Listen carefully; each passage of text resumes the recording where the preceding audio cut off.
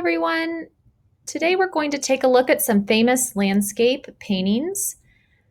This website has a group of 10 famous landscape paintings, and I'd like to point out some of the key concepts for you guys to think about as we start our landscapes this week.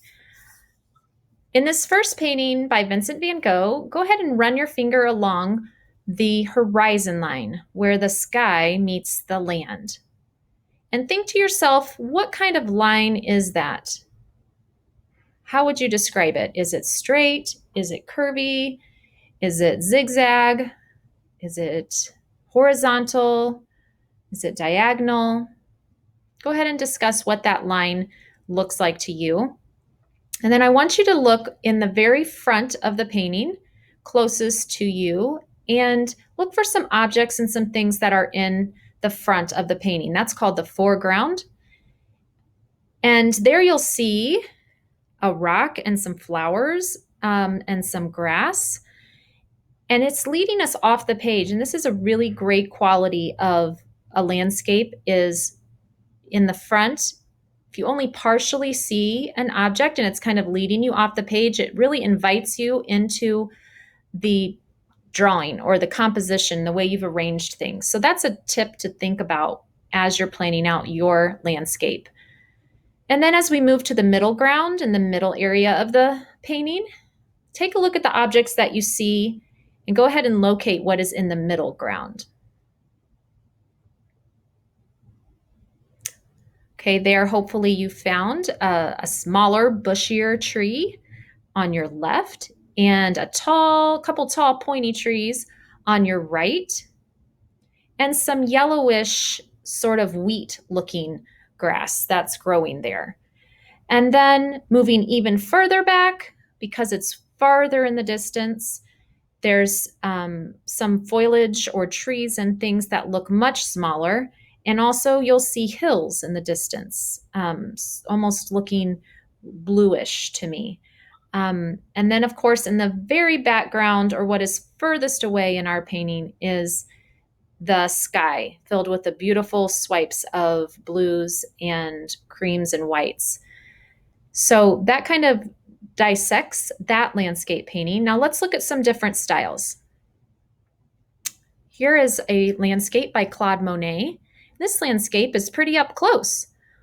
We see things in the foreground and the middle ground, but the background of this painting is basically non-existent. There's not a lot in the way far distance anyway that is actually shown. This is way more zoomed in on these lily pads in the pond.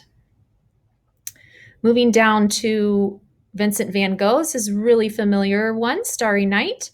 And a lot like the first one we looked at, we can identify easily these items that are kind of leading us off the page in the front, and then things that are getting smaller as they go back. And then, of course, the background is this beautiful sky. This landscape by Winslow Homer really creates a mood by the colors that he used in creating a certain time of day. Looks almost like the sun is going down and you're seeing those beautiful peach colors in the sky against the blue. You're seeing the reflection in the water, which is so calming and beautiful, being that the water is just peaceful there. And so Winslow Homer created a nice mood in his landscape. Easy to find a horizon line there in the back. And so Winslow Homer makes it easy to locate that for us. In this next one, we see a river. And so we see a little different landscape and how someone would make the river wide at the front and then get smaller as it goes toward the back, and how that creates illusion of space and depth in a landscape. I'm going to skip this one. This is another interesting landscape of a different type of a land forms. You're going to see here some rocks and trees that are close up, but also some cliffs. And the cliffs are so huge that even though they are farther away, they still look pretty huge in this painting. And it's not until you get way back here in the distance that they actually begin to look very small. So that kind of speaks to how truly large those landforms must be in Yosemite Valley.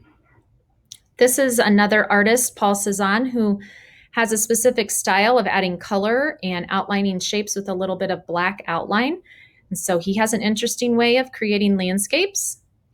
And then we have Henry Rousseau, who was known for very flat shapes. He was a self-taught artist that his paintings ended up looking kind of stylistic like this. And so this is definitely a different, unique style of landscape.